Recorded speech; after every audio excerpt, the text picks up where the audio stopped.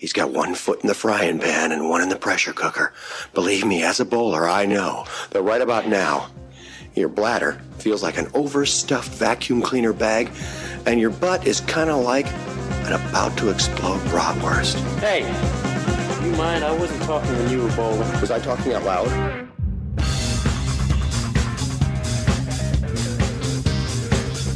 Welcome to Munsons at the Movies. My name is Kyle. I will once again be your host, joined by the rest of the Munsons. Want to give them a wide berth. It's what is called a born loser.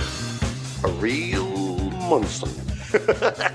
And talk a little bit about what's going on in the world. This time we'll start with Case. As you can probably hear, I'm in the throes of my quarterly sinus infection.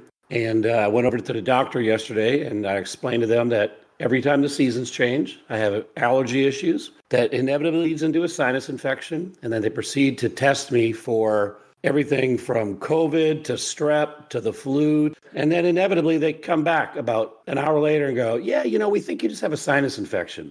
I'm struggling. I'm going to be drinking tea all night, boys.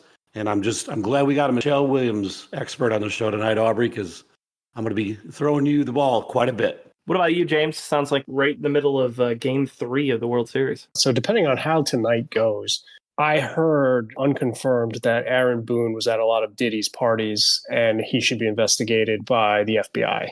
Aubrey, you ready? There's a time, I think, in every person's life where the thing that you've wanted the most happened to you. And I've reached that moment right now. It's pure bliss is how I would describe it. I've never been more ready for a single thing in my life. And it's important for everyone to know that I've been teaching children for 13 years. We may have to have a director's edit on this one. The Aubrey edit. Yeah, I'm excited for you. This is your Super Bowl. I'm half prepared for you to retire after this episode, to be honest. I honestly thought this would never happen. The probability of Michelle Williams, my favorite actor and my favorite person that's not that I can't tangibly interact with, would show up on this podcast for me to talk about. I never actually thought it would happen. Especially with Kyle's shenanigans, makes it even less likely. 900 actors, and it only took us 109 episodes to get there. In my world, I've been spending a lot of time doing core exercises and a little bit of yoga, as Case would support. Yeah. Mostly because I'm getting prepared to ride Aubrey's coattails, and I don't want to fall. So I was thinking about throwing on some elbow pads, maybe a helmet, because I'm just going to stay on the back of that thing and just cruise and try not to fall and feel 36. It's the right move. Don't follow too close, though. So we're happy to have Laura Bennecke back on the pod. She is a film nerd who loves Star Wars, the Bears, sword fighting, gardening, and animals. She's also a SAG actor and stunt woman. For a brief time, she worked in casting. She's a proud mom of 3 strong and gorgeous daughters and works a day job at a big bank.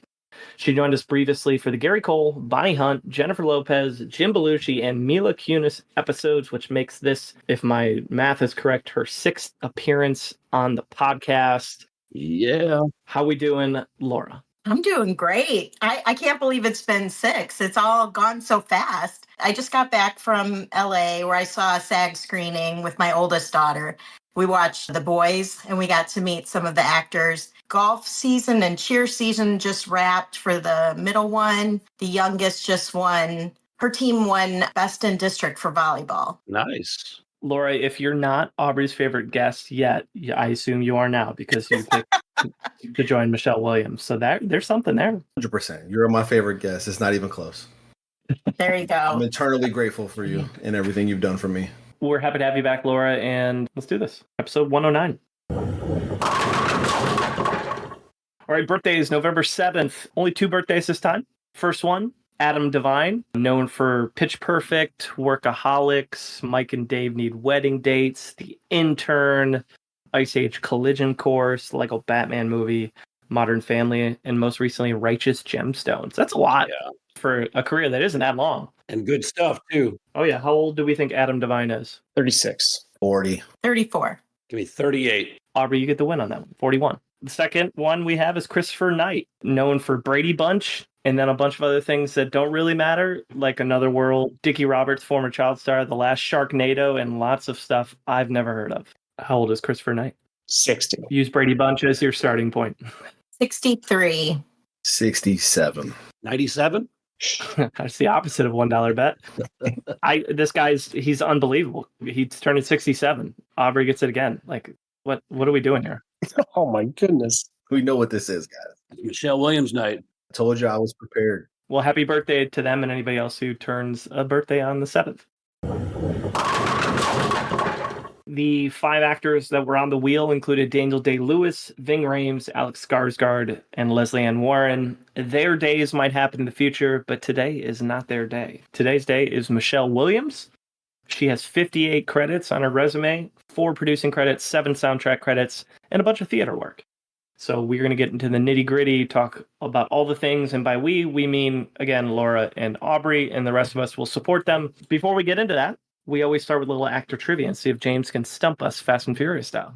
Yes, Laura, you are part of the initiated, being a many-time guest, so you know the rules here. But for those of you listening at home who are new listeners, I'm going to read 3 facts here, 2 of which are going to be true about Michelle Williams, 1 of which is not going to be true about her, but is going to be true about one of the many illustrious cast members of the Fast and Furious franchise. Everyone here is going to have to guess which one that is. Fact number 1. Wasn't able to access the money she earned as a child actor due to California child labor laws, which require parents of minors in the entertainment business to put 15% of the child's income into a trust that they can't access until they're 18. Something she's now grateful for because she fears either her or her family would have spent it irresponsibly. Fact number 2 is the most Oscar-nominated actor born in the 1980s. Fact number 3.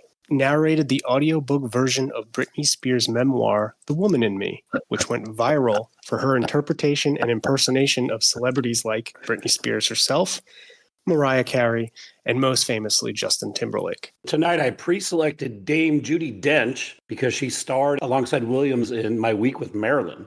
Clearly, it's not fact 2. And so it clearly has to be fact 3 then, that Judi Dench was the voice of Britney Spears' book. Tremendous guess. I think James is continuing to troll Case by picking Kurt Russell facts. Oh. And so I think the first one is a Kurt Russell fact, and he will once again not guess Kurt Russell, and he will once again be sad at himself. So I think 1 sounds like a Kurt Russell fact. That's a damn good guess. Yeah, I really want that to happen. So I'm going to go with fact 3 again. And who would be the funniest person to me to do this exact thing? Cardi B.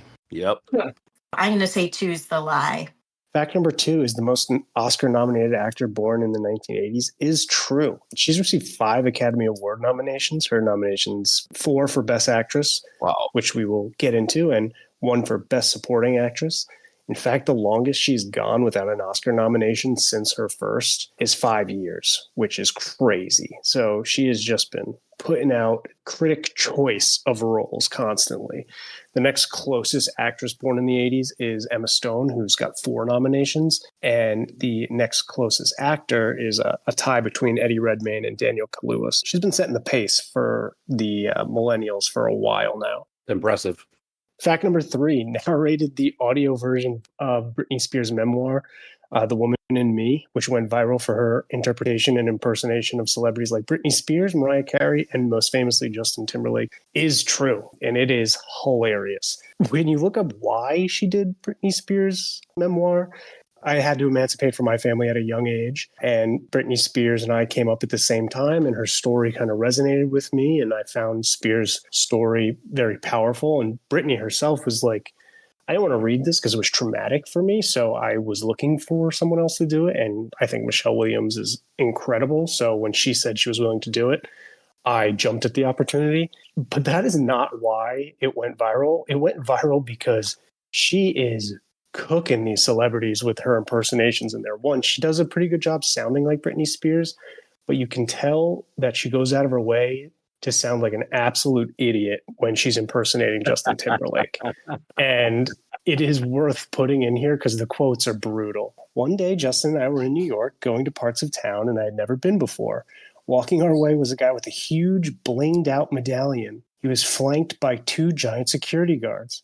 Justin got all excited and said out loud, "Oh yeah, faux shiz, genuine. What's up, my homie?" And hearing Michelle Williams read that incredibly cringeworthy as Justin Timberlake interaction with Genuine in his energetic voice is worth cutting and putting in here because it is truly an embarrassing thing. I think it pushed back Justin Timberlake's like album release because of how ashamed he was for how this book came out. And fact number one, wasn't able to access the money she earned as a child actor due to child labor laws, which requires parents of minors to put 15% of the child's income into a trust, something that she is now grateful for. Actually, at the age of 15, with her parents' approval, she filed for emancipation from them so she could better pursue her acting career with less interference from child labor laws, which led to her immediately being able to earn $30K an episode at the age of 16, working full-time on Dawson's Creek, which there's probably not something a 16-year-old should be doing, but she followed the legal laws and was able to do it and made a ton of money off of it, which she was grateful for, but she didn't have to have a trust set up. A trust was set up for an actor by the name of Shad Gregory Moss, who's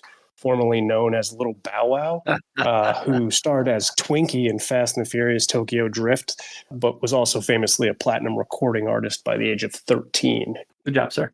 All right, Case, tell us a little bit about our Snapshot and box office. 109 episodes into this, I can usually get a pretty good feel about where this actor is going to land. It's just early on. And I really couldn't get a feel for where she was going to end up in our rankings as I was putting in data. I'll just give you guys the numbers right off the bat, and then let's see where our discussion goes. She ranks 76th in average budget at $80 million a film, 69th in total world gross at $2.43 billion. Star meter, she ranks 41st with a 786 ranking in the IMDb Star meter. Here's where she makes up some ground, though. Critic rank, she ranks 35th at 59.5. Fan ranking, she ranks 33rd at 61.6. And then in the two financial metrics we have, she ranks 19th and 20th, which gives her the overall ranking of 104. I'm just kidding, Aubrey. She ranks 13th. There's nothing you would have said that would have surprised me.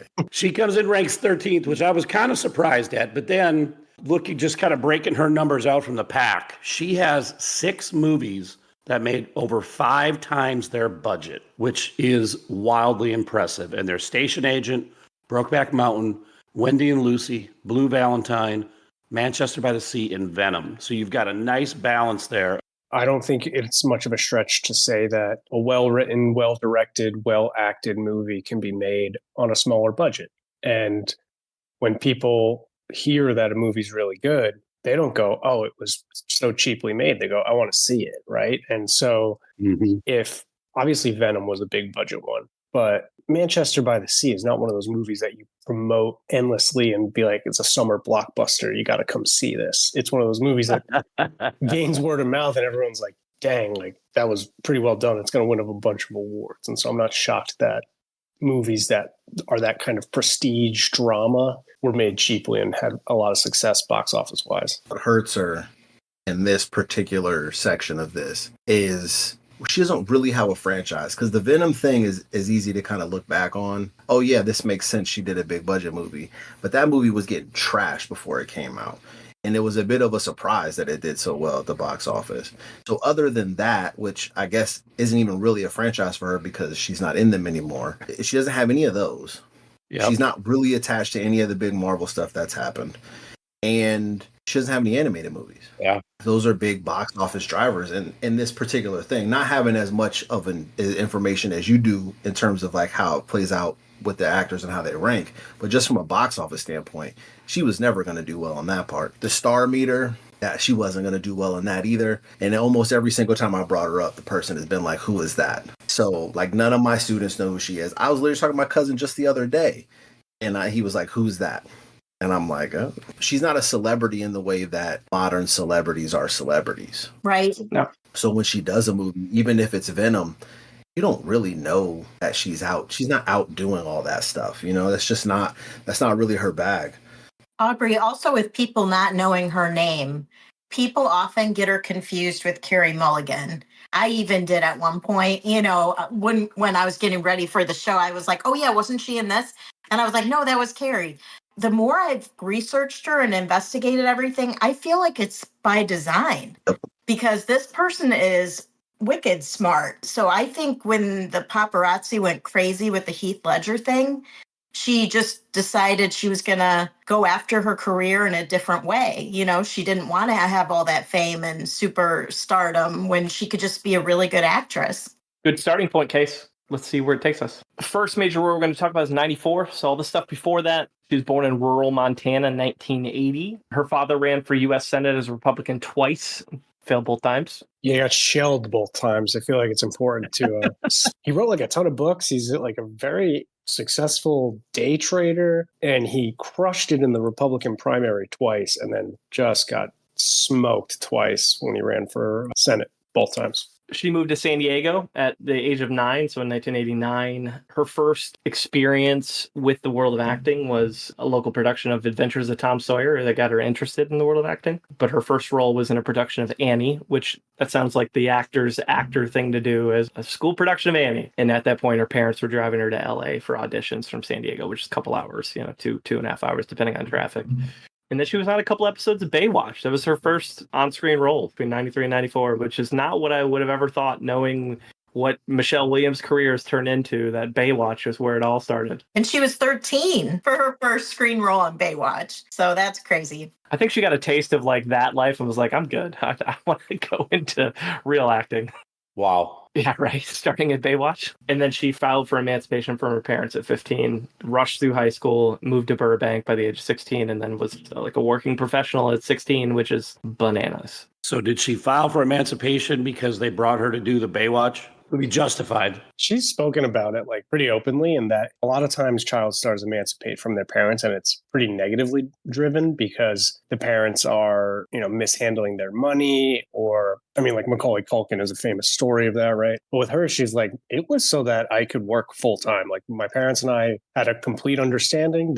We all agreed to it. We thought it was a good career move for me. Obviously, there's more nuance to her relationship with her family now, right, as she's older. But she's like, I want to make it very clear, I wasn't one of those child actors that like hated their parents by any stretch of the imagination. It's an entrepreneurial spirit at a very young age. On the interview that I heard, she was just, this worked out for me. And very much in the tone of like, I don't recommend this to everybody. For sure. Like if you hear this and you're like, oh, Michelle Williams did it. No, she's like, it worked out now. I can look back on it and talk about how great of a decision it was. She's not writing a book and going on tours saying, follow me, my Zen guidance for life.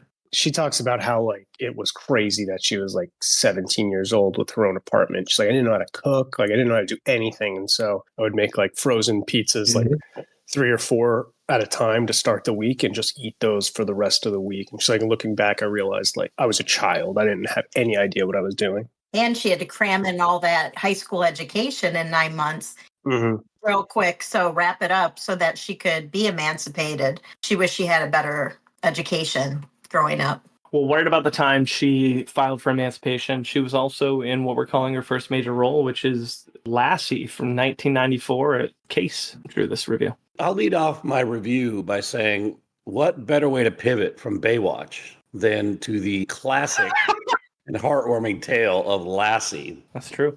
I think everybody here knows me well enough. This movie's not for me.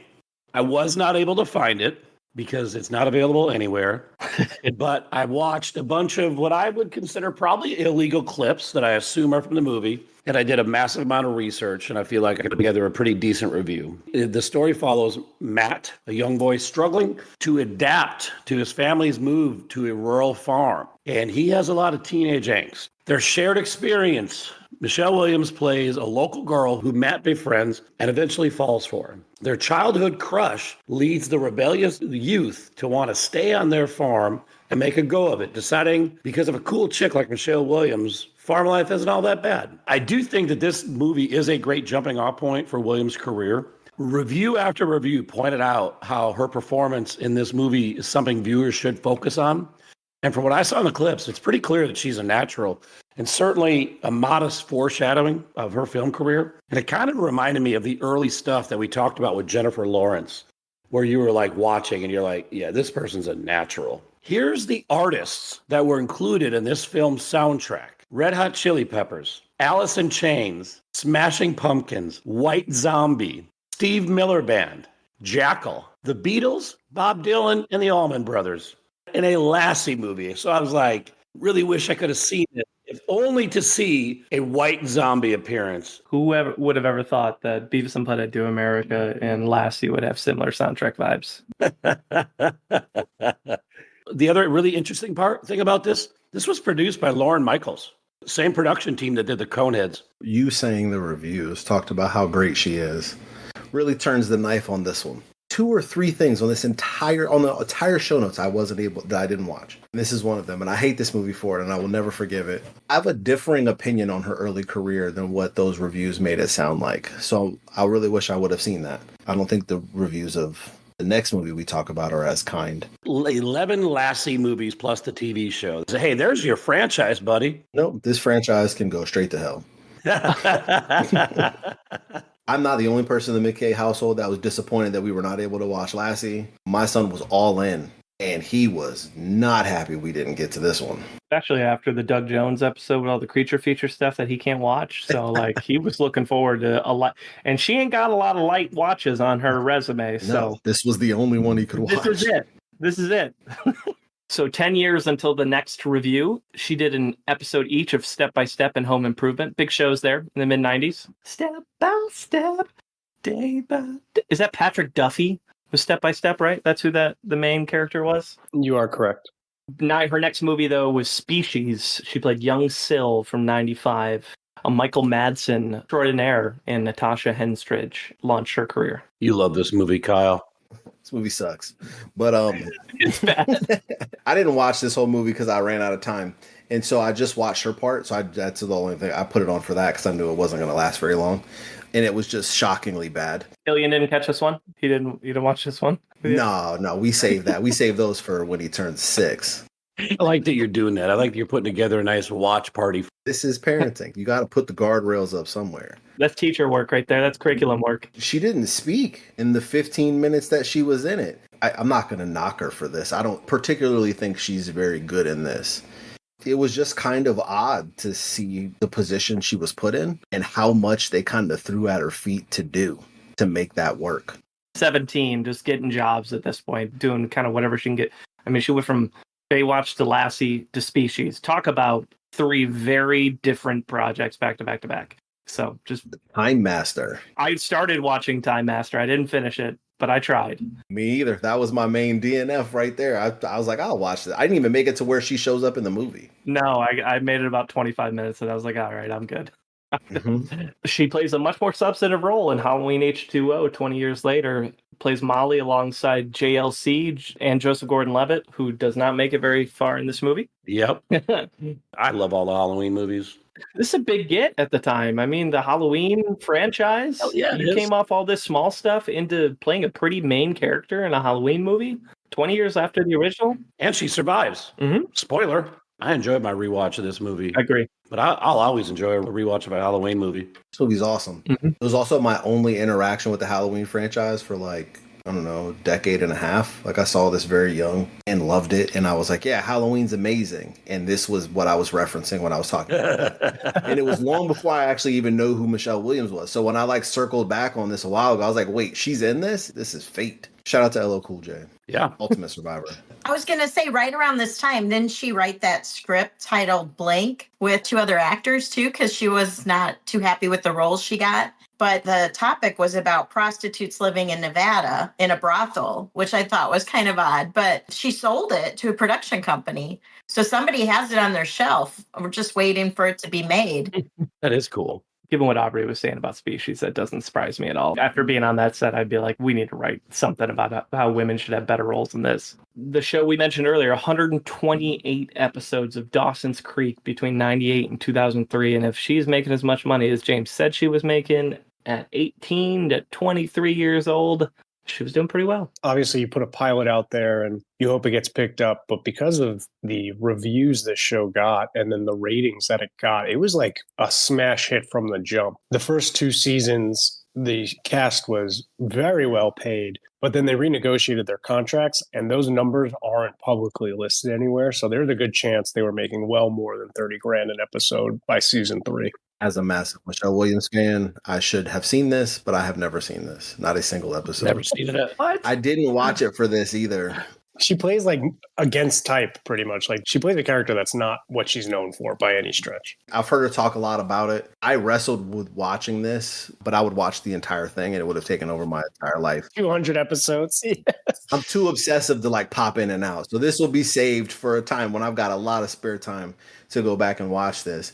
She said she took it more serious than everyone else, which made me laugh and also made sense retroactively looking back at it. And then two, she said that she spoke up a lot on this set, like, and defended her character and like would challenge them on what her character would do and how her character would be. Mm-hmm. It just makes a lot of sense hearing that about her even this early in her career. She never really like plays a character like this again. She's like the hot chick who's aggressive and abrasive, and you know, she's the elitist New Yorker who's come down to this little suburb and because she needs to live with her Christian mom. And like it might have shaped her way in the opposite sense where she's like, all right, I've done that. I don't want to do that anymore. I'm going to do the roles that I like better. And because I didn't see her kind of do anything like this for like another 10 years. Good point. 99 brought a couple movies I really thoroughly enjoy that she was in. First one is Dick. She plays Arlene, a film that basically makes it seem like Deep Throat in the Nixon scandal, where what if they were two teenage girls who were going in and out of the White House. She's obsessed with Richard Nixon, played by Dan Hedaya in this movie. And it is, again, very different than a lot of other stuff she's ever played in her career. It's such a shockingly charming and clever movie. Like when I watched it for the Hedaya episode, I went into it not expecting to enjoy it. And the moment it started, I was like, this is such a clever play on the Watergate scandal, where it's just like two pure teeny bopper high school girls who are just obsessed with the president and like nothing more, nothing less. And it just kind of unravels this major conspiracy. And it's so fucking funny. Will Ferrell's in it. He plays, I think, Bernstein, one of the two journalists. It's like the reason why they can't reveal their sources is because it's really embarrassing. That's the thing at the end. They're like, why can't you reveal your sources? It's just embarrassing. It's so embarrassing. The 20 minutes of the Nixon tapes that's been removed is just them talking like nonsense about him the whole time, about how much they love him. It's just her like a love letter to him. Yeah. And he's like, oh, I can't have the public seeing this. My wife knowing about this. Yeah, can't have a 16-year-old talking to me that way on the phone. This movie's awesome. This was the first watch. I thought that I would never watch this movie. This movie is just delightful. It's so funny. It's very clever. James Rabb, clever it is. And it's just one of those movies that understands itself very well. It increasingly, as it gets dumber, it also gets funnier because it never really loses sight of what actually made it funny to begin with. And it's really funny. And also, this is just like a straight comedy. And she kills. One of the few comedies she does. Mm-hmm. Same year, But I'm a Cheerleader, plays Kimberly, a film we haven't talked about since the Natasha Lyonne episode, but widely considered a cult classic. Her role's really small in this. I think she might be in one scene as a fellow cheerleader at the start of the movie, but that's it. I watched this one for the first time too. Less excited about this one. A lot of good ideas, but it didn't really work for me. I think it's a snapshot in time film in a lot of ways. Yeah. Late 90s, it was, I think, particular communities kind of grasped onto it. The millennium passes, and the next big one we'll mention is 2003 is A Station Agent. Case just mentioned that one just made a lot of money. It's a movie with John Slattery. One of probably a few too many Miramax productions she was in there in the 2000s for my liking. When I see somebody in so many Miramax productions, I have questions. This is her first like noteworthy award nominations. It got a SAG nom for Best Cast, and it did really well at the box office considering how much its budget was. Critic 94, audience 89. So it was well received across the board. Yep. Which is a bit shocking the audience would take this in that well. Tremendous movie. And it's not the type of movie I would imagine an audience, especially if it made a decent amount of money, would walk away from being like, yeah, this is great. In a list of movies that are incredible, this ranks near the top on her filmography. United States of Leland, which technically would be her largest audience gap, but we did that on the Kevin Spacey episode. The only thing I really remember about that episode, other than your sister, James, is Case standing pat and choosing not to score Spacey. Largest audience gap is 2004's Imaginary Heroes. She plays a character named Penny. This is my review. Much like Case, I'm going to keep this pretty short because, one, this movie is very unremarkable. And I'll be honest, I didn't finish the last 20 minutes. I just ran out of time. 81-35 split. Audience gap, though, it's massive. Basic plot: the members of a dysfunctional family react very differently to the suicide of their eldest son. The son is played by Kit Pardue, which you would know as Sunshine from Remember the Titans. He's also in But I'm a Cheerleader, so this apparently are Kip Pardue era. This movie is also almost 2 hours long, which is obnoxious. Like, what are we doing here? It's like 111 minutes total. The cast is really good. I mean, it's got Sigourney Weaver, Jeff Daniels, Emile Hirsch, and Michelle Williams. You can do a lot worse for your main four. It's all about how these people take this untimely death in really bad and terrible ways. So it's like rooted in something really tragic, but it does not handle it with care whatsoever. I'm guessing people like these actors, and that's why they rated it so well. I don't know. She plays the younger sister in the Travis family. She's a little bit of a bad influence on her brother. She disappears pretty much the whole first act, reappears in the second act, and then in typical Michelle Williams form, when she comes back on screen, she has this incredible dramatic moment where her character breaks down because it turns out it's all a veneer that, you know, she pretends to be really cool, but really she's dealing with some deep trauma because of it, which I was like, oh, there's Michelle Williams in her dramatic bag. But it's just wasted because the movie is just really bizarre. So, but I missed the last 20 minutes. Tell me if something changed. Yeah, it gets worse. It paints the kid that kills himself as the villain of the story because he's the one that gives the youngest brother all those bruises that they allude to all throughout the movie. Mm-hmm. He's the one that does that. But don't watch this movie. It's so ungodly depressing. I hate that this was the last thing I saw of hers before I recorded this episode, so I'm trying to bounce back. Anyways, that's Imaginary Heroes. The heroes must have been imaginary because I didn't see it. I do love that in between all these films and TV shows, she was doing theater. Mm-hmm. Classic theater like The Cherry Orchard, and then kind of new productions that, you know, were just coming out. So I like that she had a lot of variety. That's a great point. Well, let's get to the first of 5 Oscar noms as she starts her run of supremacy over the best actress side of the game, and that is Brokeback Mountain. She played Alma, a film where she was nominated for Oscar, SAG, Golden Globe, and BAFTAs, and won the Critics' Choice. Yeah, I mean, I think what you see in this role is craft that became so good at. She started to hone this to the part where she is amazing at playing these emotionally abused or neglected women in relationships. And this is the first time I'm calling for an ISO. This movie is incredible, and it's incredible for a million reasons. And I could talk about all the million reasons why this movie is incredible, probably for the rest of the night. This is the first time I saw the thing that I think makes Michelle Williams special and makes her one of the best actors I've ever seen in my entire life. And it's what she's able to convey with not a ton of time or words. She's able to convey very complex and deep emotions, describe meaning to them without saying a ton, which to me is the job of an actor. And I will explain this later with much greater detail. But this is the first time I really saw it. And I watched a lot of these movies that came before it.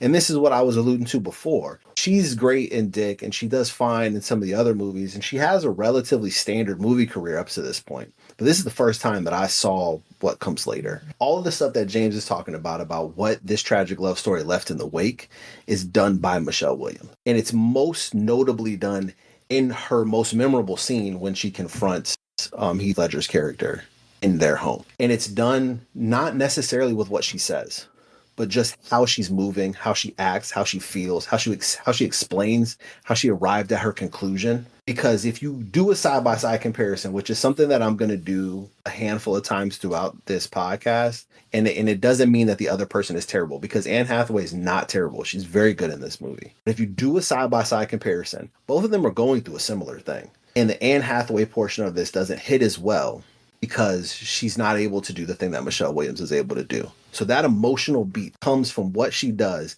with very little time. This performance in a movie with giants, Heath Ledger is giving one of the all-time great performances in this movie. And she's standing across from that, gives just something that is stunning and emotional and heartfelt and adds weight and gravity to a film that only elevates it. As you talk about that, Aubrey, it sounds like she's developing an efficiency in her acting, which is actually pretty impressive, being that her most substantial role so far is a TV series where she had 128 episodes to tell her story. I agree. I feel like this film, too, there was something really magical about it. From an actor's perspective, what did she do different here? Was it just the chemistry between all the other actors, the director, the writing, the cinematography? But was it her acting, like you said, where she crammed a lot into a very small amount of time? And then the other thing that I think about is she fell in love with Heath Ledger during this film. I'm not saying she cheated as an actress, but I'm saying it does help. If you have like an emotional attachment to your leading man, and something tragic happens, you can easily, play that better because you have real feelings there. And she speaks to the idea of like, I would almost say a change in her approach. She wanted to like embody characters and feel what those characters were feeling throughout her entire body, through everything that she was doing. She said that she wanted it to come like out of her fingers. Like that's what she said that she was trying to chase. And I think that Brokeback Mountain starts that, and you see in the subsequent choices after this movie, very specific choices to try to movies that will bring those things out in her. And I think this movie unlocks it, because when I look at her entire filmography, this is the turning point. She becomes a completely different actress with this movie. Yeah, the days of "But I'm a Cheerleader" and Dick are gone. All right, well, let's ride that straight into our lowest critic score. The juxtaposition going from that to a movie called Deception. She plays S. And Laura, our guest Munson. When you gave me this one, I said, Ewan McGregor, Hugh Jackman, Michelle Williams. Come on. It cannot be that bad with a cast like that. And I didn't know anything about it going in. So this was a 2008 movie. It's an erotic thriller, and Michelle plays this character called S. And the plot's around Jonathan, who is Ewan McGregor. He's a very timid, shy accountant who likes everything set in a certain way. And then he meets Hugh Jackman's character, who's Wyatt, and he's the opposite, right? Like he's very outgoing, very exciting, very charismatic. And they accidentally switch phones. And when they switch phones, then he gets introduced into this mysterious sex club where you call someone and you say, "Are you free tonight?" If you are, you meet up with someone who's part of this sex club and you hook up for the night, and then you rotate like the next day. Ewan McGregor's character starts taking advantage of having this asset of the sex club on the phone. At first it's like random, but then meeting with Michelle Williams' character, he falls in love with her immediately. Then she mysteriously disappears, and then it gets a little crazy there. After that, then you're not really sure what's happening. And I thought it might be like a Fight Club situation where the characters were the same person and he didn't even know he had a mental issue, but then later it turns out that, but Wyatt is just a con man. Is he deceiving? He is. He's very deceiving. Yeah. Mm-hmm. So he's laundering money. Jonathan has to save S. So Rotten Tomatoes, it had 11% rating. Her role was very one-dimensional. It was just kind of like a fallen angel type, pretty sad girl. So I felt like she really didn't have a lot to work with here. Roger Ebert said he would compare it to watching a file upload. That's how he felt about the movie. I didn't really see a lot of chemistry between Michelle and Ewan either. And so I thought that was kind of odd. I remember watching this when it came out. My overall recollection of this movie was underwhelming. If you were going to shove me in a nuclear locker and say, Kyle, you have to pick between imaginary heroes and Deception, deceive me for a lifetime. Not even close. I don't know what that means. There's a trend with a handful of movies that came out around this time that she did, most of which are not good. Incendiary, Mammoth, stuff like that, where the emotional stakes rest on her shoulders. So if this movie works at all on any level, it's because she's the one that provides some level of emotional investment. I don't think that she saves the film, but I think it's interesting that around this time she would choose something like this that places a lot of the emotional stakes on her shoulders, and she's got to deliver that. Keep it moving because we got some not so forgettable movies coming. I don't remember her role in it, but she's in Synecdoche, New York, played Claire alongside Philip Seymour Hoffman. Charlie Kaufman directed film, so it's a little abstract. I did not like this movie at all. She's in a good bit of it. This is a great Philip Seymour Hoffman movie, though. If you just want to see someone really get after it, Philip Seymour Hoffman gets after it. Mm-hmm. Yeah. Wendy and Lucy, though, this is his first Kelly Reichardt film, I believe. Before Aubrey goes on a rant on this, which I'm sure he will, I tried I gave it 30 minutes. I'm not saying it's not a great film. When she got busted for trying to steal dog food, I was like, I'm not in the mood. I can't do this right now. This is a little heavy for me this moment in time. But how many times she worked with Riker now? 5 times over her career? Something like 4? I'd like to introduce you guys to another reason why this podcast is absolute fate. This is one of my 5 favorite filmmakers. Steve McQueen, Barry Jenkins, Sean Baker, Kelly Reichardt, Christopher Nolan. Find the one that doesn't belong. Kelly Reichardt, I think, is an absolute genius. And I think she's a genius in a way that's very unique and singular. In reviews, it's called minimalist. It was referenced in an interview as naturalistic. They're relatively plotless movies. And Wendy and Lucy is a relatively plotless movie. You just kind of are put in this woman's life as she's trying to get to Alaska and is having issues in the town. And you just kind of follow her around for like a couple of days. It requires a lot of patience to watch a Kelly Reichardt movie. And this one is only 80 minutes. And so with Wendy and Lucy, you get a lot of stuff about class, the financial crisis, and just how we view people who do not have a lot of money. It's a movie that places a lot of weight and pressure on its actor, and which is why, to me, the connection between Michelle Williams and Kelly Reichardt is legendary, because this is one of those movies that Michelle Williams chose because she was trying to develop something as an actor. She is the exact performer that Kelly Reichardt needs to make this stuff work, because she tells you the story through her eyes. She tells you the story through her body language. She tells you the story of this person, what they're experiencing and how they're going through it and how you should interact with it, because she inhabits this character. This woman played Marilyn Monroe. Mm-hmm. And then look at the cover of Wendy. She embodies this person. I can never pick my favorite Kelly Reichardt film or the best one, because I'll change every single time I watch one. But it's an absolute masterpiece, in my opinion. Aubrey, my only connection with Kelly Reichardt was the Dakota Fanning episode where Rigby reviewed Night Moves. And I kept slipping in lines from the Bob Seger song Night Moves during his reviews. So I'm probably not the intellectual company for this Kelly Reichardt conversation. Case, you're just a child of awkward teenage blues, so that's fine. Well, that's a good lead-in to some other Reichardt films that are coming up. Shutter Island, 2010, she plays Dolores alongside Leo DiCaprio. Her character, real big piece of shit in this movie. Spoiler. Yeah. She could just say some mean things, or she could drown all of their children. Who knows? Let me tell you, there was a good run of movies I watched here, which are just perfectly timed for a young father, you know? Just She's good in it. Dramatic excellence. True sociopath. You know, this is a thriller mystery mixed with some horror elements movie that the emotional heavy lifting is done by Michelle Williams' character. Leo is doing the mystery horror thriller genre stuff, and when it comes to her, it is a separate story that you are seeing flashbacks of that is full emotional heavy lifting drama, and you're like, what does this have to do with what I'm watching? And it all, you know, clicks together at the end. In the small parts that she's in, I think she's great.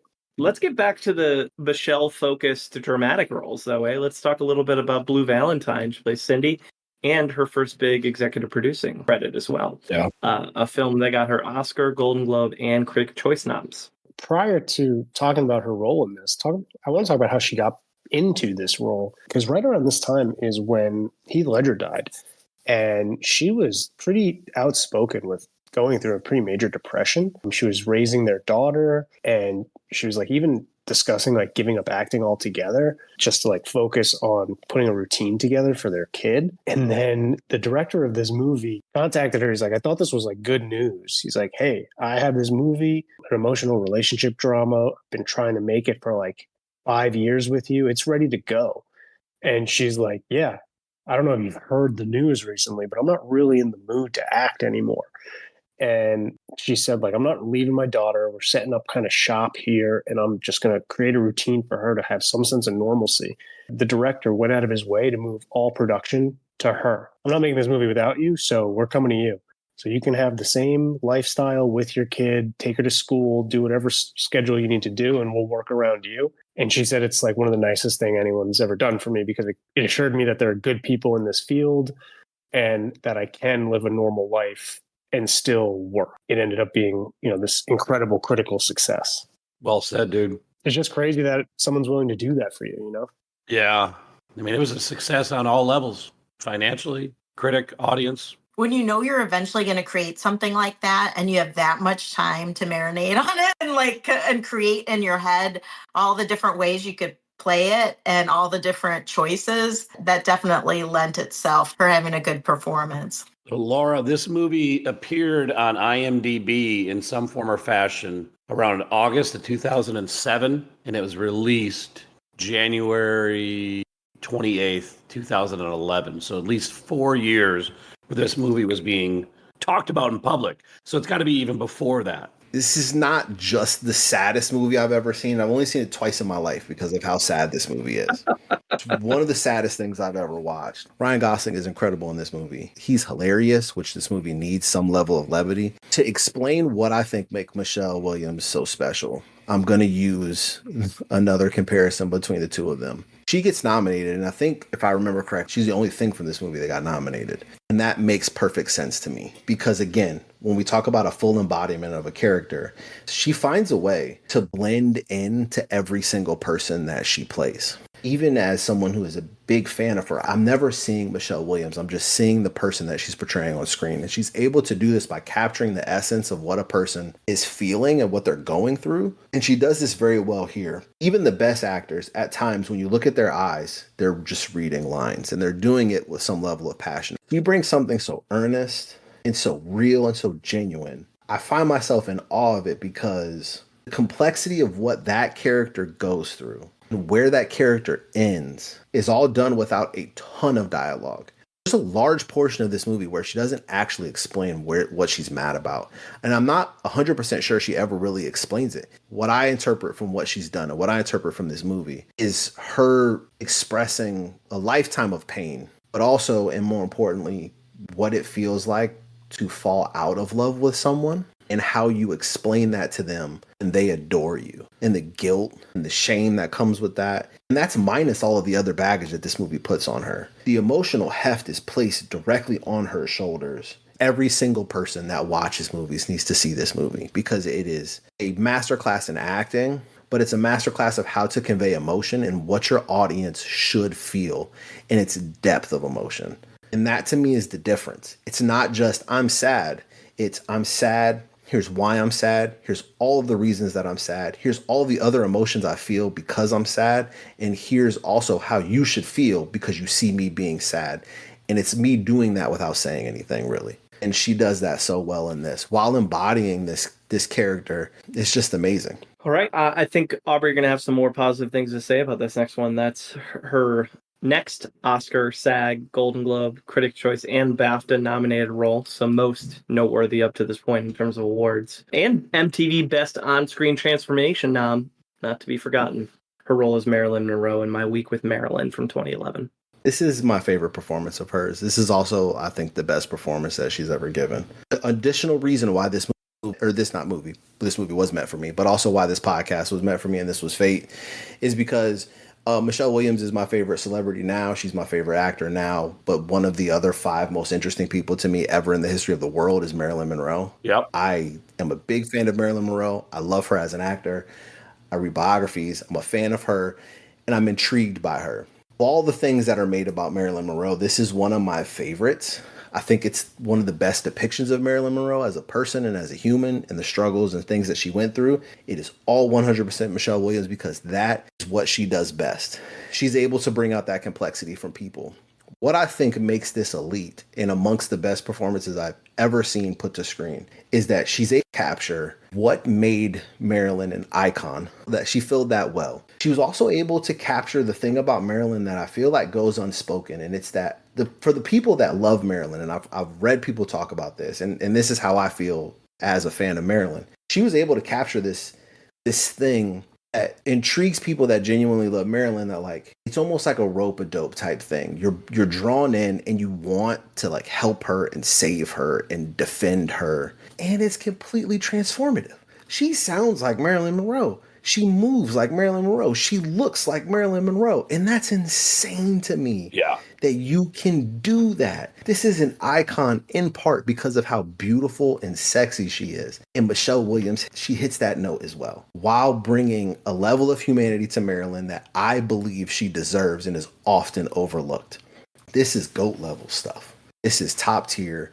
I'd put it up against anything in terms of a performance. She does everything that you could ask for someone to do in this movie. The movie more or less is fine, but she is incredible. I looked because your high praise. My immediately trigger is okay. Who won that year, right? Like, why didn't she win? Meryl Streep in The Iron Lady. I'm like, oh, that's why. That's why you don't win. Well, that'll do it. You win against the GOAT, and that's also the same year with Rooney Mara and the girl with the dragon tattoo, and Viola Davis and The Help. That's a tough year to be nominated. To go a little bit off of what Aubrey was saying, a couple things stood out to me. Number one, it is legendary how Marilyn Monroe would take a room over when she would walk in just with her presence. That was portrayed beautifully in this movie. And the other, there was a line in there that I really loved. He was talking to her and he said, Lawrence doesn't understand you because he's a great actor who wants to be a movie star. And you don't understand him because you're a movie star who wants to be a great actor. That really summed up the conflict between, I think, a lot of performers, but specifically in that movie. I just thought that was a really cool line. And the other thing is, and you guys know I love this. I love when actors portray Real people. This was actually the only movie I went out of my way to watch for this episode. Every great actress we've ever covered has a real life person that they covered at one point. Like, everybody's got one. Yeah. Marilyn is so iconic. I mean, most actresses would be thrilled but terrified, to fill those shoes. So Terrified. Mm-hmm. You see this every once in a while. If you put literally any other human being, like Scarlett Johansson, as great of an actress as I think Scarlett Johansson is, she was at one point in time rumored to be attached to this. This movie is significantly worse. It's because you just caught one of the greats in their bag at the right time. And so this movie is really just Michelle Williams being Marilyn. And then she goes from My Week with Marilyn to a film that I can only assume she chose because her kids were like, Mom, you should start doing some like fantasy stuff. So why don't you go be in Oz the Great and Powerful with James Franco and Mila Kunis? And when she talks about like which movies her kids love that she's in, they always talk about Greatest Showman. They don't mention Oz the Great and Powerful. She probably made a conscious decision to be like, not only be in movies that my kids want to watch, but like movies that my kids should even be allowed to watch. Mm-hmm. Like there's a certain age where you can see Shutter Island, and there's a certain age where you can see Manchester by the Sea, but it's not the age her kids are at. I know that. No. I've always thought this movie was odd with Sam Raimi as the director. Dude, and when Sam Raimi nails his odd stuff, it's like classic. And sometimes he doesn't nail it. He did it just for her daughter. That makes sense. She talks really highly of this time. That's her motivation to do it was because it was different and it was a big studio movie and she hadn't done any of those up to this point. Yep. So that's why she did it, because it was a challenge. Makes sense. And that's how she goes about her career. She's like, this is one of her favorite times of all of her career. Her daughter was on set with her every day. Her daughter got to walk the yellow brick road. She said like that's how she remembers this time. Up until this point, her largest budgeted film was Shutter Island at $80 million, and this movie has a $215 million budget. Yep. But it made $20 million. Without context, that seems like a lot. All right, and then we have Sweet Francaise, and she played Lucille, 2014. It's a beautiful little period piece drama for all the period piece drama fans out there. If you like this type of movie, it's great. You see a lot of what's developing in her in this movie. She's carrying a lot of emotional weight. One of the reasons why it's really important for me in adding this to the actress that she's becoming is all of the things that she's pulling out of her bag all throughout her career. And you get heavy accent work with the Marilyn thing, but you also get it here. She's doing an act and she nails that while nailing this complicated, forbidden romance that can't really happen. It's just a really good and interesting movie, and she's great in it. Sounds boring to me. I'm sorry. Then you're gonna love mine. Well, let's talk about largest critic gap, which is 2016's Certain Women, another Kelly Reichardt film, and James has a review. Yeah, so Certain Women came out in 2016, like Kyle mentioned, directed by Kelly Reichardt. It has a 92% critic score and a 52% audience score. That's a 40% difference, which has got to be up there as one of our largest critic gaps. And when I watched it, I totally understood why. And I think this was my first introduction to her movies. So I understood. Certain Women is a quiet and meditative drama that tells three loosely interwoven short stories. They're stories that take place in the same rural town in Montana, each dealing with women who are dealing with struggles in their lives. The first story is Laura Dern. She plays a lawyer who's handling kind of a tense client and a disgruntled client that's seeking justice for a back injury he experienced at work, and it kind of escalates from there, but it doesn't escalate in a way that you would expect from a dramatic movie. It escalates more in a slice of life, but more of the frustrations of slice of life movies. The second story is Michelle Williams. She plays a wife and a mother, kind of navigating her strained family while pursuing the purchase of sandstone for an elderly man for a home that she's building. And the third story follows Lily Gladstone, who plays a ranch hand who is randomly forming a connection with Kristen Stewart, who's a young lawyer who's teaching like adult education classes. So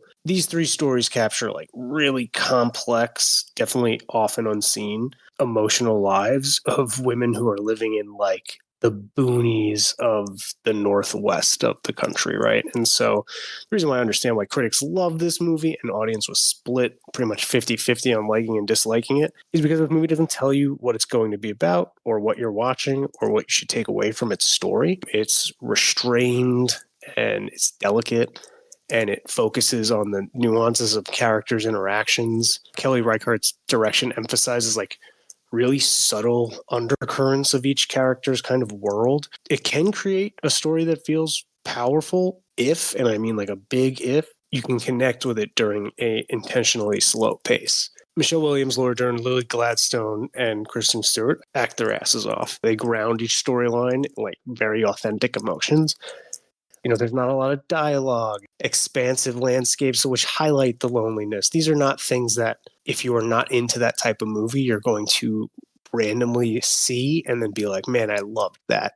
You are either going to really enjoy it and go looking for it, or you're going to be introduced to it and like it, or you're going to be introduced to it and hate it. Like those are the three outcomes of it. And so I'm not shocked that half the audience didn't find it for them. What I will say is, unfortunately, I think Michelle Williams' story was my least engaging one. I think she's great in it. Like I said, I think all four actresses did a really good job. Her story was the one that I found like the least amount of emotional pull to. It was more just like the hardest, dreariest one to pull from. And, you know, she's clearly an outsider. She's clearly very successful in her life.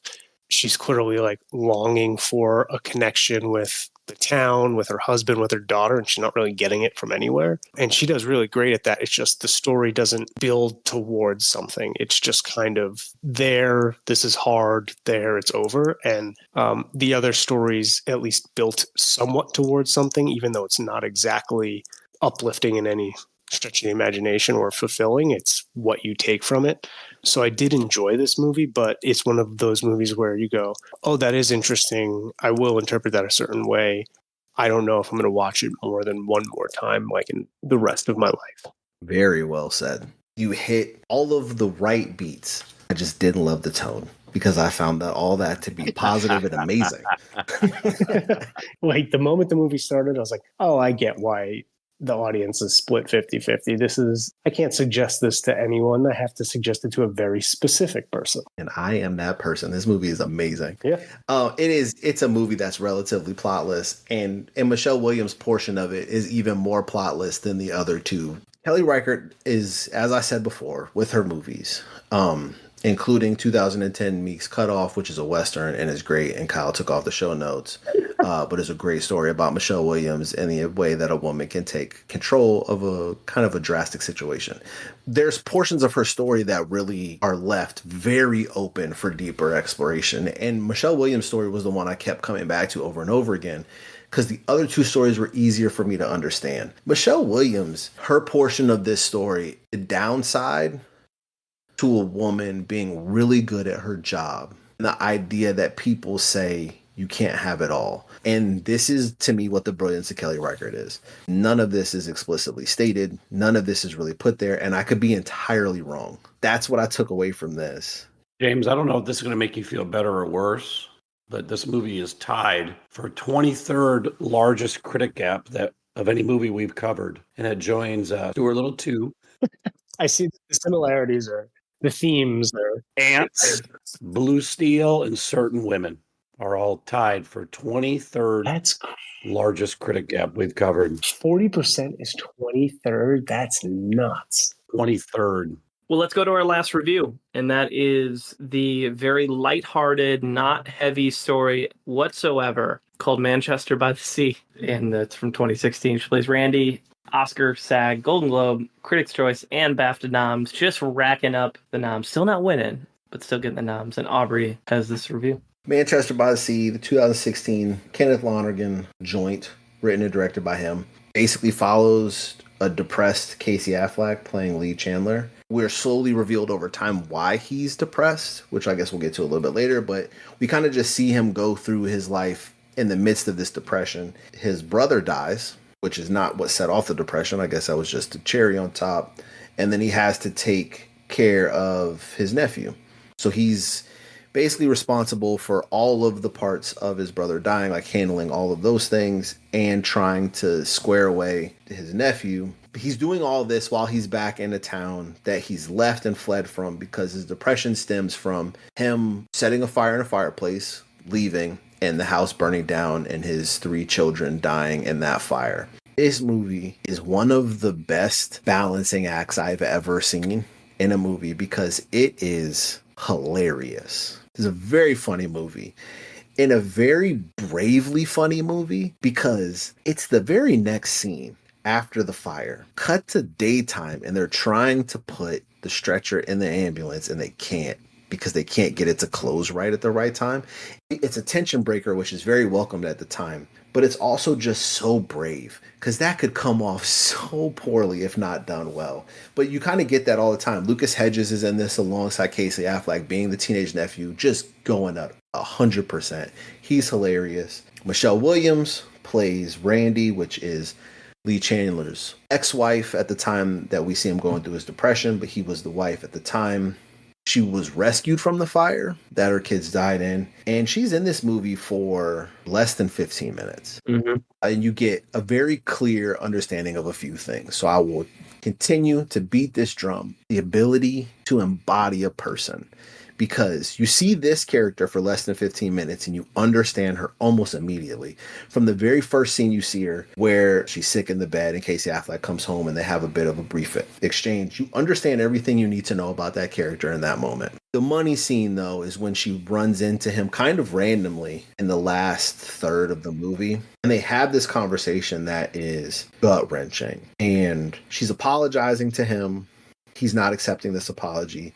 And she's just trying to explain to him essentially emotions and feelings that it's clear she hasn't been able to express or share with anybody else. It's this guilt for what she believes her role in his depression is. And she says in there that she's like, you can't just die like this, which is absolutely gutting. It speaks to the performance that she was nominated, and not a single person that I had ever heard to this day was like, nah, she wasn't in it long enough.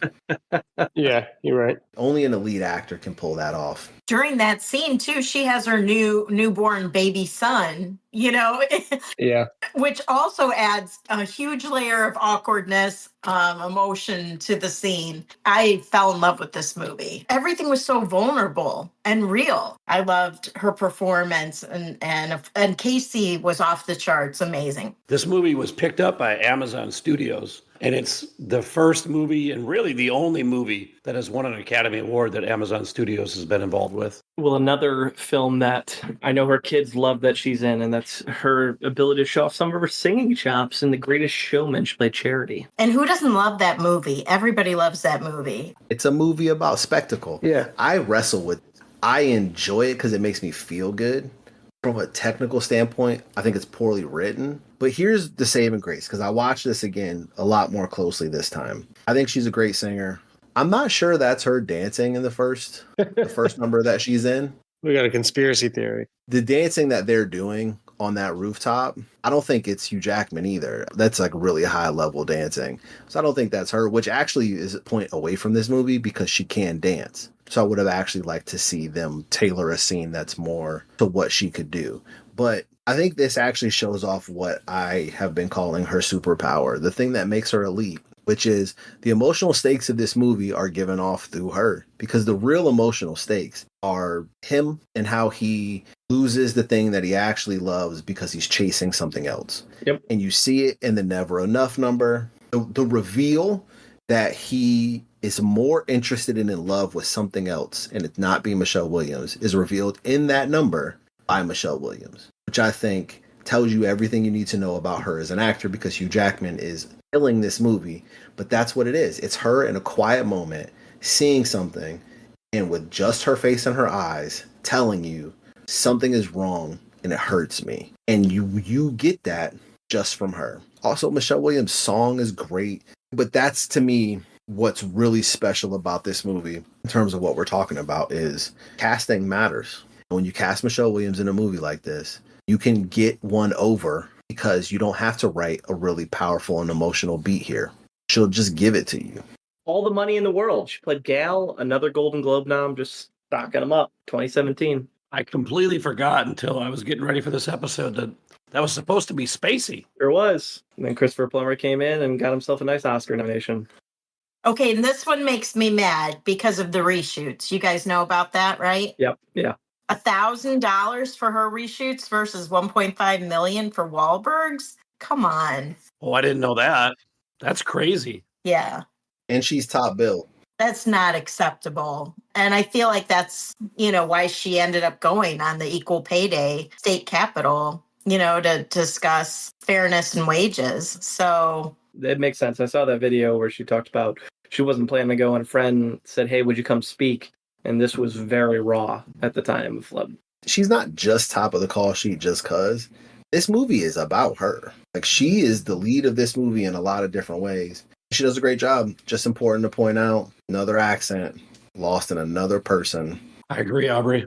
Continues to be true all throughout this. Like, she even does the Boston accent in Manchester by the Sea. Like, it's insane what she's able to do to embody another person, like in a character. Yeah, when I was doing my rewatch on this, I had to double check that I was paying attention to the right person, because she just becomes this role. 2018, she goes to the Sony/Marvelverse and plays Anne in the first of 2 Venom films, a movie where she got an MTV Best Kiss nom. I think I was making fun of this movie on the last podcast, and I take it back. Venom is a good time. Yes! Venom is a good time. Yes! I told you, dude, it's stupid, but it's like aware of how dumb it is. It's so dumb. Yeah, it's dumb. It's so dumb, but it's a good time. She does a little bit of interesting things in this for what she's given. She's got some interesting little moments that I like. She grounds it. Yep. For Eddie, the main character. She provides the emotional stakes. Mm-hmm. It's just very interesting that I think she's not in the third one, which Juno Temple is. And I imagine she looked at it and was like, that was fun while it lasted, but this is an S show, a shit show of a situation over in the Sony, so I'm going to exit stage left. From what I understand, she signed on to do this because, again, it's a major movie. It's something different. Mm-hmm. There's a challenge here doing this type of thing, but also she really wanted to work with Tom Hardy. Makes perfect sense. Damn good at his craft. I wish I can see another movie with those two in it. You'll get your chance, I'm sure. She got married in 2018 as well. She married Phil Elverum in a secret ceremony, which sounds 100% like Michelle Williams. She's not somebody that seems to seek the spotlight. There's no high profile catastrophes or personal issues that we know about. After all these years of success on the film side, with all these award nominations, she goes back to TV. She hadn't really gone back to TV since her Dawson's Creek days. Obviously been doing theater and film, but went and did Fosse Verdon alongside Sam Rockwell. SAG, Critics' Choice, Primetime Emmy, and Gold Globe wins. She won the awards and that didn't just get nominated for them. And she speaks so highly of Sam Rockwell. I saw her acceptance speech, and all she did was just praise Sam and the team, which that's music to Casey's ears. Hell yeah, it is. Dude, she's so good in this. She's so good in this. And they've aged her up. They're aging her down. She does dance in this. So you see that. She does flex that. This closes the old Hollywood loop that she is an actor out of her time, because she could have been an actor in any time because she can sing, dance, and act. Sam Rockwell is also amazing. It's just those two operating the highest level. Showing Up, 2022, another Reichert film, this time A24 production. I'll keep this one brief because everyone has made clear how they feel about Kelly Reichert here. For the people that love Kelly Reichert, which everyone should be those people, this is a really interesting Michelle Williams performance that talks about art, creation. It's a really beautiful kind of portrayal of complexities of art, how hard it is to create something, why you're creating something, how life can interact and interfere in that creation process, and how you're supposed to navigate that.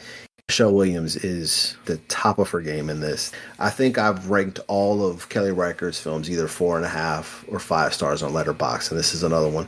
I couldn't wait to see this. This was one of my favorite watches of the 28 that I watched in preparation for this.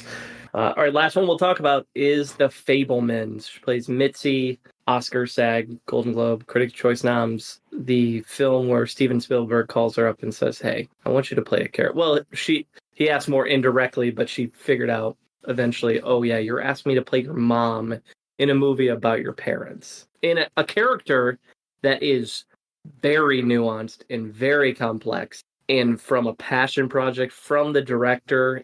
Talk about one of the greatest directors of all time, but also you're playing the mom of one of the greatest directors of all time. The biggest honor of honors, honestly, as an actor. You know what? What a way for Spielberg to tell his story. He's not looking through rose-colored glasses at his story. He is, thinking fondly of fond moments in his childhood and thinking fondly of movies in his childhood, but he's very vulnerable about the bad parts too, and how they shaped him, which is not what I expected to see when I watched the movie, to be honest. I really like this movie. I loved her in this role. Again, some of the roles she had before were written in such a flat way. This was like a disco ball. It had so many different facets. You could be vulnerable, free spirit, concert pianist, a loving mother, very accepting, and on a skeleton on paper, not the actual script. You'd be like, wait a minute, we as the audience love this mom who cheated, on her husband. And how does that happen? But during the movie, you fall in love with her. You fall in love with all her challenges. And she's just a wonderful character. And she has all these different elements and emotions to play. And I can't even imagine the pressure of playing his mom. But I do know she spent a lot of time watching old movies. Spielberg had a ton of old movies of his mom. And she had the best subject matter expert ever, to ask how to portray her in an honest light. This is my favorite performance of hers, even though I obviously don't know the source material of Steven's mom. The complexity, nuance, a lot of what we see in My Week with Marilyn, similar type of approach, trying to tell the story of a character who clearly doesn't have the same historical significance of Marilyn Monroe, but clearly the story is trying to tell you she made some really bad decisions, but I'm also giving this character the grace to at least to understand her motivations. I'm not mad at you for choosing Mitzi Fabelman as your favorite performance. I love this performance so much. It's like the encapsulation of everything that I've loved about Michelle Williams as an actor kind of put into this film, and you see her operating at such a high level at this stage in her career. It's a perfectly rendered character. It's a beautiful performance. Her portrayal of this is sweet, complex, honest, and earnest. It's just a fun performance to watch. All right, Case, top of the iceberg here, top of the mountain. What do we got for best performances? She's got a lot to pick from. Found a list that's called Michelle Williams Movies, 13 Greatest Films Ranked that Aubrey will probably disagree with. And it was published on September 5th, 2024 at 5 p.m. on goldderby.com. I added a part about Aubrey disagreeing with it. So it's more fun to think that whoever wrote it listens to this podcast, knows Aubrey is a mega fan, and is just trolling him. I love it. I love that concept. A little more context. We have discussed or reviewed at length 7 of them, briefly discussed 3 of them, and did not talk about 3 of them. Manchester by the Sea. Venom 2, Let There Be Carnage. Manchester by the Sea is number 2. Venom, Let There Be Carnage. Let James have his moment. I don't think it's on the list, but I thought we did. I thought I did let him have his moment. I gave him a good laugh. A hearty bellow. Wendy and Lucy. Brokeback Mountain's gotta be on there. I heard Aubrey throw in Wendy and Lucy, which is number 10. Brokeback Mountain is number 4. My Week with Marilyn. My Week with Marilyn is number 5. For one that we didn't mention, it's got high score. Give me I'm Not There from 2007. I'm Not There is Not on the list. Oh, you got to say it's not there. Case, come on. Oh, well, it's not on the Oh. list. That's my gimmick. Blue Valentine. Blue Valentine is numero uno. That's worthy. Fair. The Fabelmans. The Fabelmans is number 3. Me Without You. Me Without You continues your streak of not being on the list. So it's without being on the list. Got it. Meek's Cutoff. Meek's Cutoff is number 12. Lassie. Yeah, Lassie's not on the list. I thought the scene about her helping to rebuild the farm should have put it on the list, but they probably couldn't watch it either. That's why I didn't make it. Greatest Showman. The Greatest Showman is number 13. So we're missing 6, 7, 8, 9, and 11. If These Walls Could Talk Too. If These Walls Could Talk Too is not on the list. Take This Waltz. Take This Waltz is number 9. Certain Women. Certain Women is not on the list. You're killing it, Kyle. I love it. I'm giving up. I'm trying to get all the ones that we didn't talk about. Station Agent. Station Agent is number 7. Okay, one more. Synecdoche, New York. Synecdoche, New York is number 11. Well done. All right, give us the rest of the list. Number 6, All the Money in the World. And number 8, Shutter Island. So what's the top 3? Blue Valentine, Manchester by the Sea, and Fabelmans. Do we disagree? Completely fair. I feel like you could jumble those 3 around, and we know Aubrey would want My Week with Marilyn number 1. Actually, I would probably do that as well. It's movies. I'd put a Kelly Record movie up there. I mean, if you're going to include TV as well, I mean, Fosse, Verdon, and both Dawson's Creek probably have a role in both. At least top 10. Yep. And it goes to show her filmography. That's a lot of options for a top 10 for someone who's only been doing it for 30 years. Pigs case? Yeah, man. All right.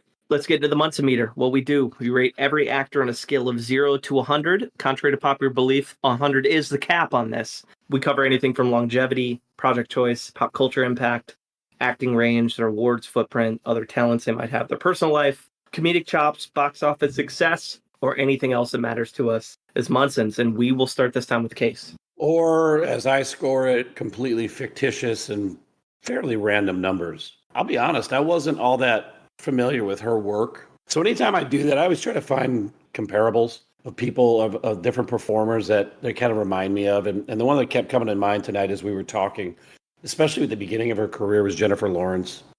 With that being said, I've really enjoyed learning about her more and preparing for this episode. It was a lot of fun.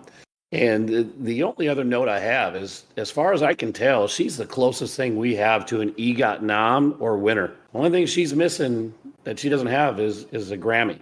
It's not that inconceivable that she could pull that off. And so she may end up being the first EGOT winner we have on our list, which would be pretty cool. I'm going to give her a 90. Strong start. One thing I related to her on that we didn't talk about from her interviews, she can't watch her own performances. And I can't relate to that enough when it comes to when I plan programs, I don't stay in the rooms. I don't like watching after the sauce has been made. I'm not trying my own meal. And she's like Adam Driver's the other one we covered that's a lot like that, where they just can't watch themselves on screen. Yeah. I don't know. I like that because for me, it becomes less about seeing what I've become. It's more of I did a job.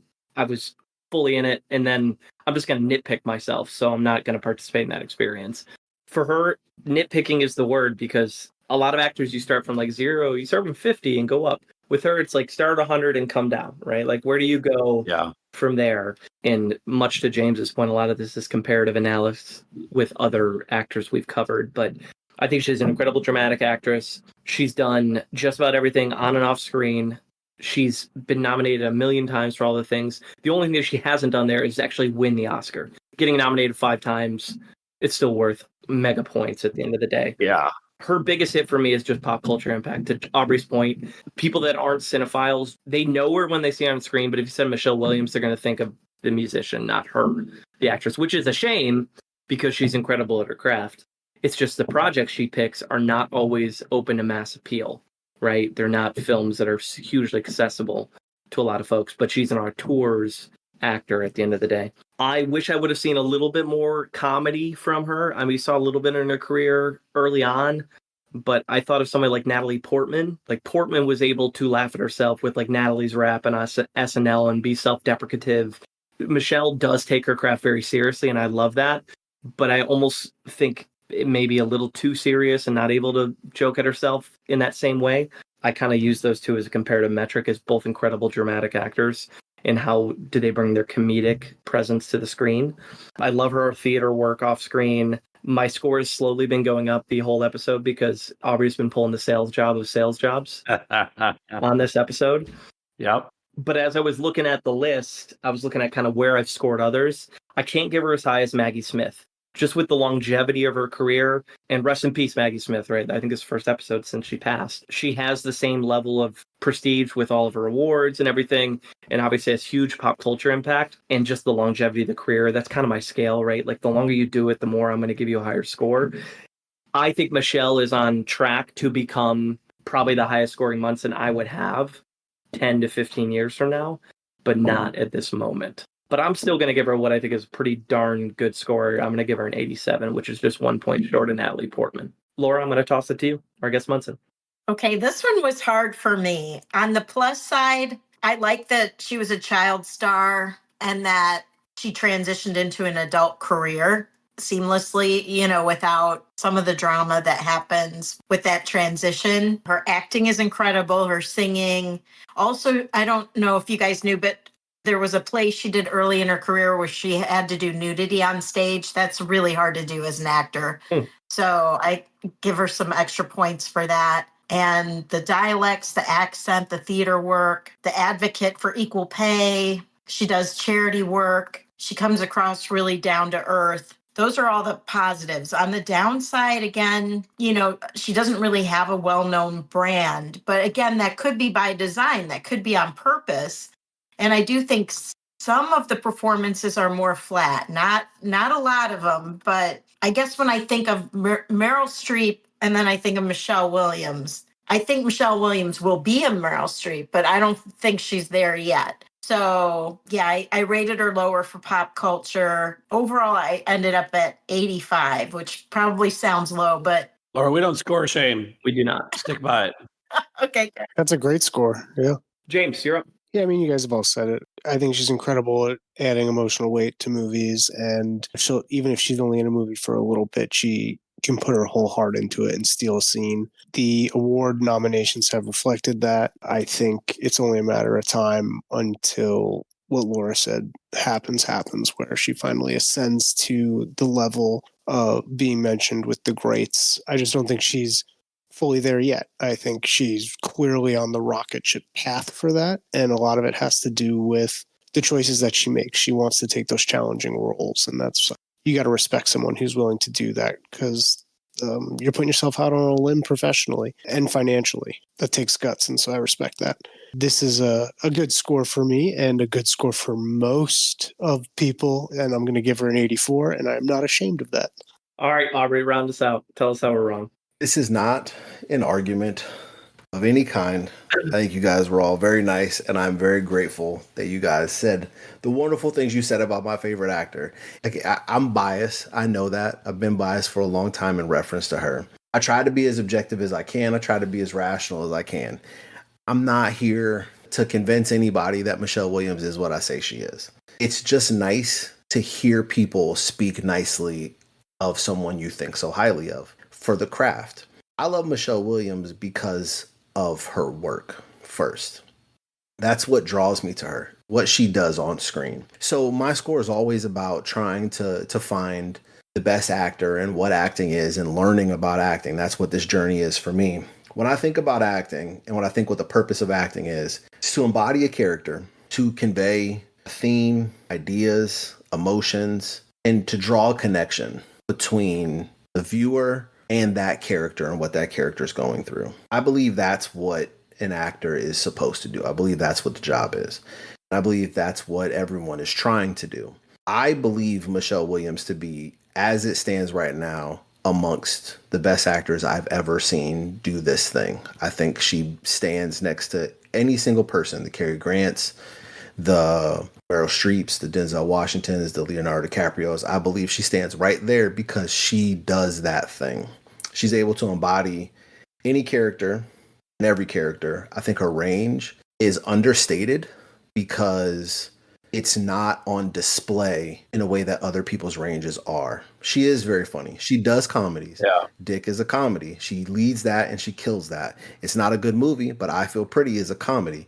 She is doing a bit in that too. She's not just playing a straight actor. She's doing a bit and it works. She's been in horror. She's been in thrillers. She's been in mysteries. She's a lead. She's a supporting.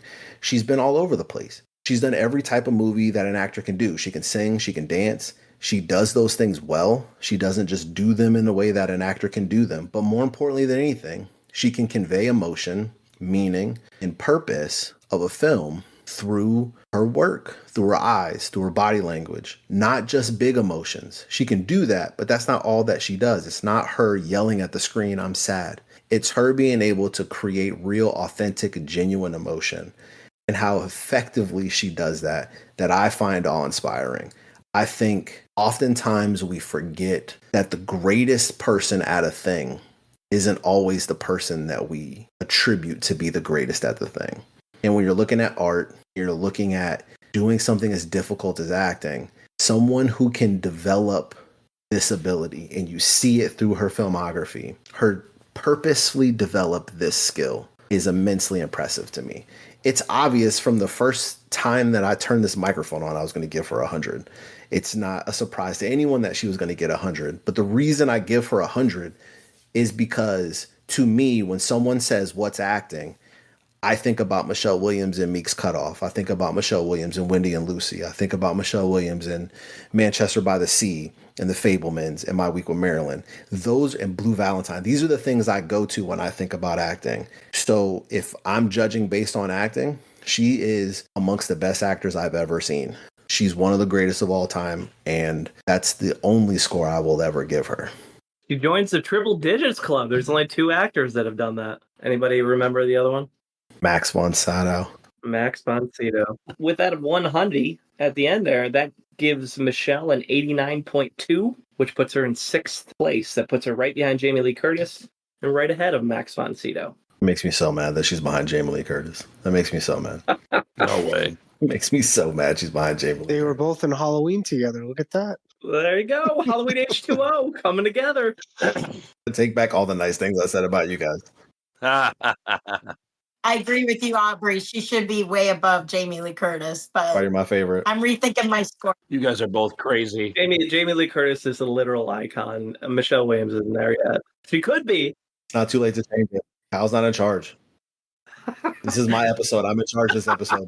If we're going to start rescoring, I could rescore too. So just know that we can all play chess here. You score 115. How does it make the rules? Negative 87.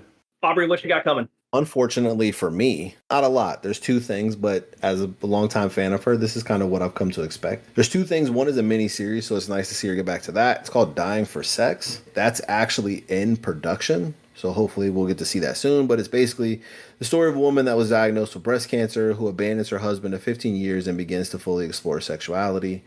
I think there's a lot of really interesting emotional beats for her to touch on in that. Is she the lead? Yeah. Okay. And then Fever, which is a musical biopic. She is definitely the lead of that. Explores the professional and personal life of Peggy Lee, whose career spanned nearly 7 decades, beginning with her first #1 single Oh, okay. in 1942. And this is her reuniting with Todd Haynes. Todd Haynes, who's made one of the greatest movies I've ever seen, Carol. Far From Heaven. So that is very much on my list. She's got 2 things I'm very excited for. Okay. I see Fever as that opportunity for a soundtrack Grammy. Let's hope so. Next episode's going to hit on Thanksgiving, gobble gobble, and that episode is going to bring back Lauren Hopkins Price. She was with us for Maya Rudolph, Elliot Page, Angelina Jolie, and Kristen Bell, and she's joined us for one of these 5 actors: Antonio Banderas, Dennis Quaid, James Woods, Brendan Fraser, or Sharon Stone. What do we love or hate about that list? Anybody but James Woods. I was going to say James Woods would be the funniest by far. I will tell you, James Woods was so nice to me on the very first movie I ever worked on. So yeah, I would pick James Woods. Okay. I'm happy to talk about his delicate work on the bathroom scene of Scary Movie 2. I'd be happy to do that. Diggstown is a classic. Aubrey, who would you pick then from the list? Antonio Banderas. Yes. He's got some late stage stuff with Pedro Almodovar that I'd be very interested in watching. And I guess not even late stage stuff. I'll talk about it. Desperado for an hour. I don't think you can go wrong with any of these five, to be honest. Even James Woods, who's kind of a kook. He's definitely not kind of a kook. He's a kook. He's been in some pretty good films over the years. Yeah, he's a pretty good actor, unfortunately. Sharon Stone obviously has lived a fascinating life. Like Sharon Stone has a lot of really good work before she became famous. Mhm. I always enjoy seeing a young Sharon Stone in projects, and I'd love to talk about her just for like defining her career outside of obviously her role in, you know, an erotic thriller that she's become known for. yeah, we get to talk about the king of erotic thrillers again, Stephen Tobolowsky.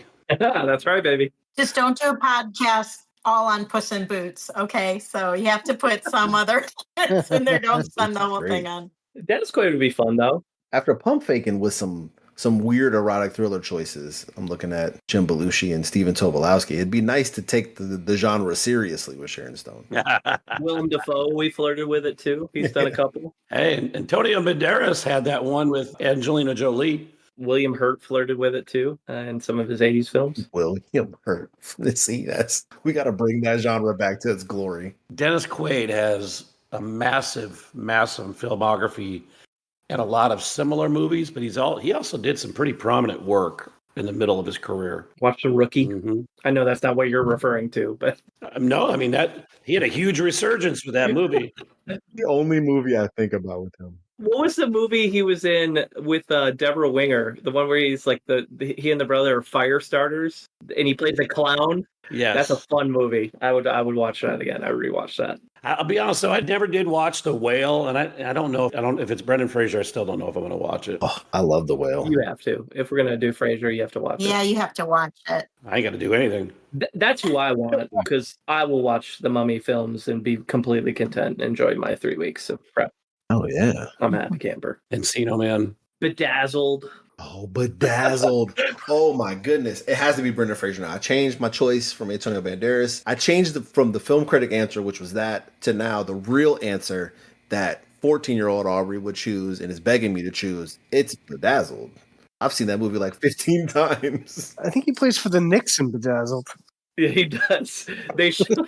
That's hilarious. $1 million question. Who's Lauren picking on this list? I would say she's got a type, and none of these are type. No. Yeah, I was going to say, I have no idea. I don't know. Sharon Stone. Sharon Stone. Yeah, that's my guess. Nah, I'm zigging where you guys are zagging. She's going Antonio Banderas. Have we been able to talk about Any Given Sunday yet? We just talked about it recently. In case 3 of the actors on the wheel right now are in Any Given Sunday. We could just talk about Any Given Sunday. Sharon Stone, James Woods, and Dennis Quaid are all in it. Yeah.